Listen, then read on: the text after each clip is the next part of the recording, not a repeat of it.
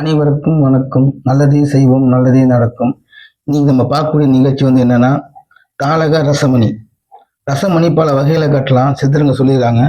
இன்னைக்கு நம்ம பொன்னரிதாரம் சொல்லக்கூடிய இந்த ஒரிஜினல் ஃபர்ஸ்ட் குவாலிட்டி, இந்த பொன்னரிதாரத்துல இருந்து ரசமும் சேர்த்து ரசமணி செய்ய போறோம். அதுவும் சிட்டிக்க வித்தையில செய்ய போறோம்.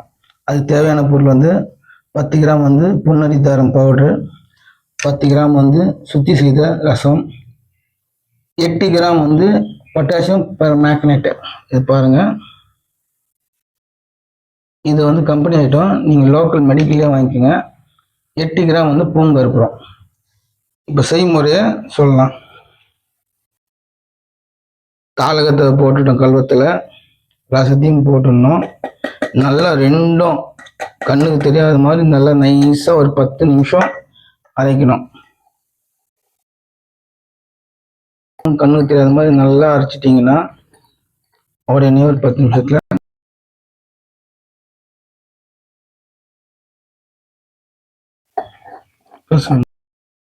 தாளகத்தையும் ரசத்தையும் 10 கிராம் போட்டு நல்லா கண்ணுக்கு தெரியாத வரைக்கும் ரசத்தை அரைக்கணும். அரைச்சிட்டு இது மாதிரி ஒரு இரும்பு பணியில் வச்சிடணும். அப்புறம் நான் காட்டுறேன், எப்படி செய்முறைன்னு காட்டுறேன். இதையும் பவுடர் பண்ணிடணும். இந்த மணியானது கழுத்துல போட்டா லட்சுமி கடாட்சியம் வரும். ஆனால் அப்படியே போடக்கூடாது, புடம்பெல்லாம் போடணும் அதுக்கு.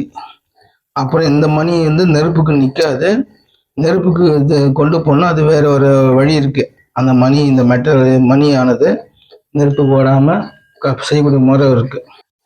தாளகத்தையும் ரசத்தையும் அரைச்சி இந்த மாதிரி கடாயில போட்டோம், நல்லா படிய வச்சுட்டோம்.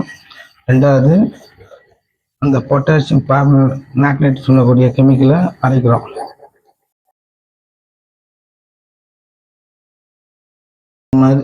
இந்த மாதிரி இது கந்தகத்தையும் தாளகத்தையும் ரசத்தையும் அரைச்சி சுண்ணம் கீழே நல்லா பரவிட்டு மேலே இது இந்த கெமிக்கலை போடணும்.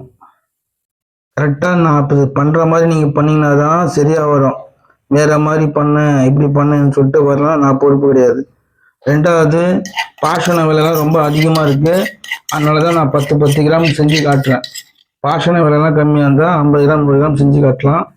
அதுக்கு அளவு முறை மாறும்.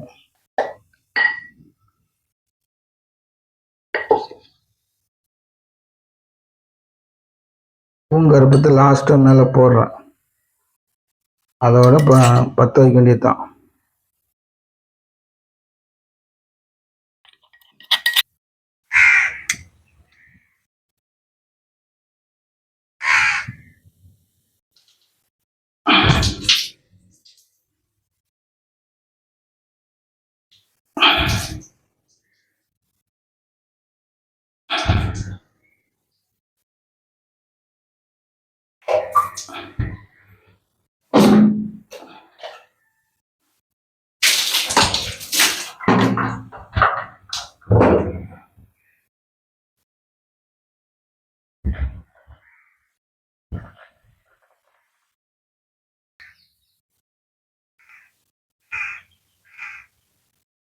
தாளகமும் ரசமும் போட்டு மேலே கெமிக்கல் போட்டு பண்ணோம். ரசம் பாருங்க, மெட்டலாக நிற்கும், தெரியுதுங்களா? இப்போ என்ன பண்ண போகிறோம், இது கல்வத்தில் போட்டு சும்மா ஒரு 1 கிராம் 2 கிராம் பச்சை ரசத்தை கொடுத்து அரைக்க போகிறோம். ரசம் வெண்ணையாயிடும். என்ன, இந்த ரசம் மெட்டல் ஆயிடுச்சு, இது நெருப்பு நிற்கும்னு நினைக்காதீங்க. இது நெருப்புக்கு நிற்காது. இது நெருப்புக்கு நிற்கணும்னா இதுக்கு வேற ஜெய்நீர் சுண்ணம் இருக்கு, அதை போட்டு நம்ம அரைச்சி கொதிக்க வச்சாதான் நெருப்பு நிற்கும். இப்போ தேவையில்லாத தாளகத்தை தேவையில்லாத சத்து, அந்த கெமிக்கல்ல தேவையில்லாத சத்து, அந்த கற்பூரத்தோட தூள் எல்லாம் போயிட்டு ரசம் பாருங்க இருக்கு. நான் பிரிஞ்சு வெண்ணெய் ஆக்கி காட்டுறேன் பாருங்க. தாளகம் போட்டோம் 10 கிராமு, ரசம் போட்டோம் 10 கிராமு, அந்த கெமிக்கல் ஒரு 8 கிராமு, கற்பூரம் ஒரு 7 கிராம் போட்டால் போதும். போட்டு அரைச்சி இந்த இதில் பிரித்து எடுத்தாச்சு. அந்த மெட்டலை பச்சை ரசத்தை கொடுத்து அரைக்க பிழிஞ்சு எடுத்தோன்னே வெண்ணெய் வந்துச்சு பாருங்க. இதை நீங்கள் இறுக்கி மணியாக பண்ணிக்கலாம். இது நெருப்பு ஓடமானா ஓடும்.